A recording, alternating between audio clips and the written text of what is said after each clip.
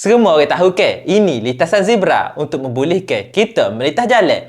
Kebiasaan di lintasan ini, bila kita nak melintas, kita kena tekan satu butang. Bila kita tekan, lampu hijau akan bertukar merah untuk hentikan kenderaan yang lalu lalang. Tapi hati-hati, ni Malaysia. Sebaiknya tengok kiri kanan dulu sebelum nak melintas. Sebab kebarangkalian kereta nak tak berhenti tu tinggi. Lu sendiri baru je tengok perkara tu berlaku depan mata. Berlaku di sebuah sekolah. Ada seorang pelajar tu, dia tekan dah butang di tiang lampu isyarat tu sebab dia nak melintas.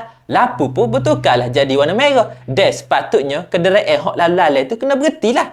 Tapi malangnya, ada 3 biji kereta tak berhenti. Kesian ke budak tu. Tergagak-agak nak melintas jalan. Budak tu kena tunggu kenderaan betul-betul berhenti, baru boleh dia melintas. Sedangkan, lampu dah merah lama dah.